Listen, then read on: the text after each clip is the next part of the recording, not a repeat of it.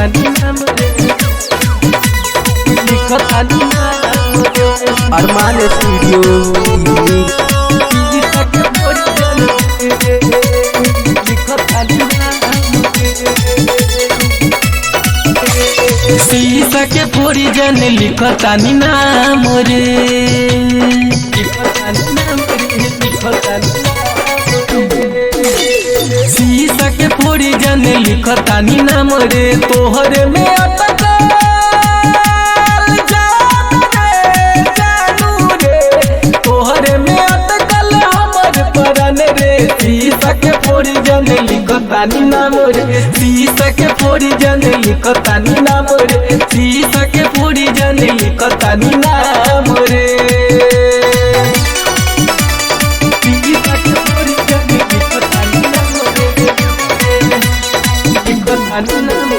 अरमान studio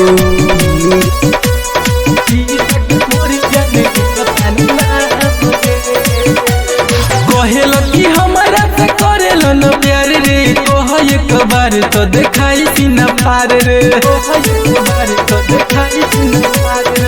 कहेल कि हमारा से करेल न प्यार रे, कह एक बार तो देखाई सीना पार रे। जैसे हनुमान जी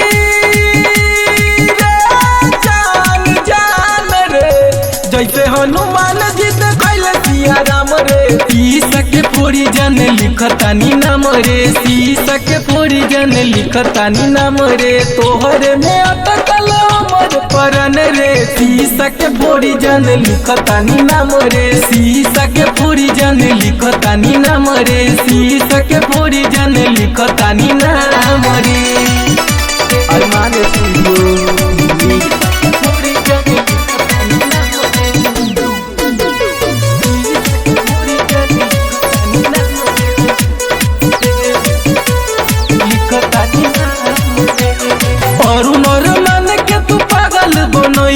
हमारा के छोड़ जाने को हम तू गई जान, और नर मान के तू पागल बनोई। हमारा के छोड़ जाने को हम तू गई, जानो से ज्यादा हम करी विश्वास रे। तो काहे तोड़ देली हमर तू आसरे। शीशा के फोड़ी जान लिखतानी नाम रे, तोहरे में अटकल